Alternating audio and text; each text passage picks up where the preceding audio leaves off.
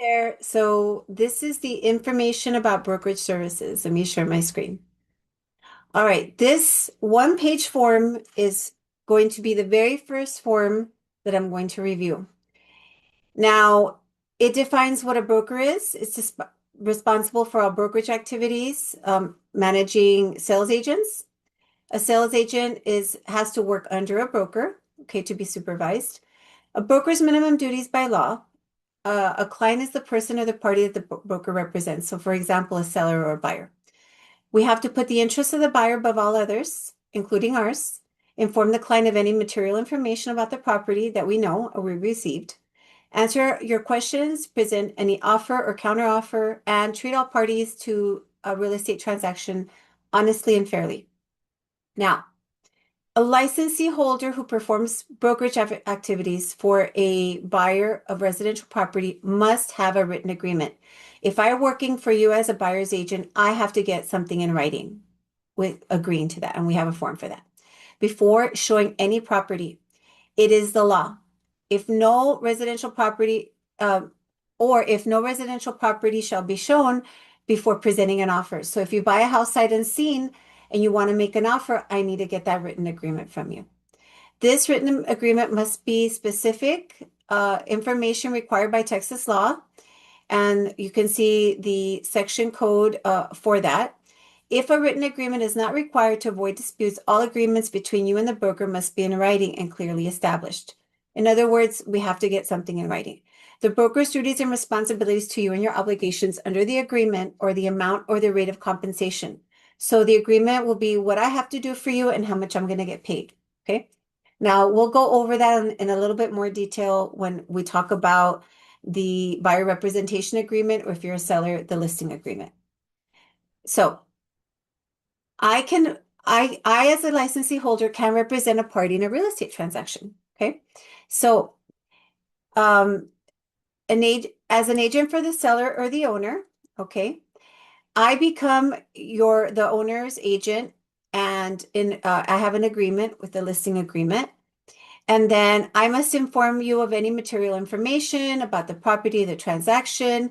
I have to perform all the minimal duties and also uh, include disclosing information to the buyer's agent that I'm required to by law.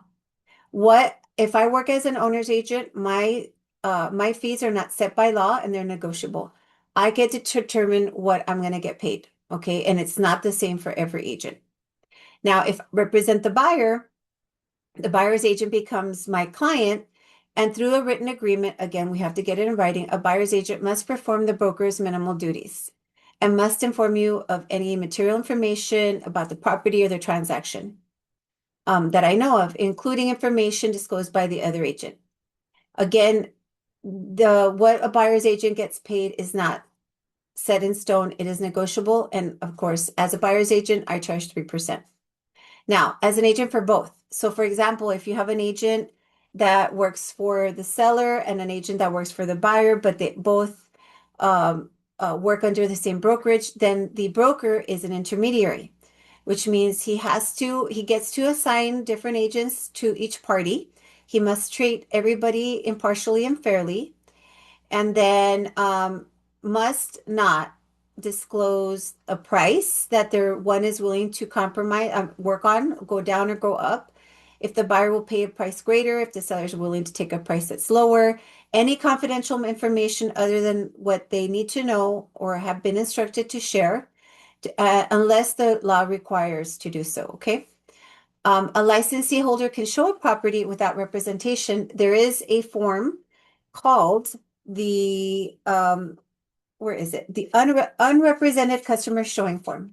Okay, it still needs to be in writing that I don't represent you if you decide not to go with representation. I simply cannot show a property without something in writing that you choose representation or you choose not to. Okay. I personally do not do unrepresented showings because I like my clients to be very, very clear on who represents them, what my duties are, and to not ever have any questions about where I stand. Okay. The broker does not perform any. Now, even if I were to show one property unrepresented, I cannot give advice and opinion. Okay. And will not perform any other acts of real estate brokerage. I can simply open a house and that's it. Is the neighborhood good? I can't tell you. What do you know about the house? I can't tell. Here's the seller's disclosure. What are your thoughts on the price? I can't say if it's unrepresented. So it's very important to get representation, I feel, as a buyer, because then you have somebody advocating for you, giving you advice and opinion and guiding you. So if you have any questions about this form, feel free to reach out and I'll be happy to discuss. Thanks. Bye-bye.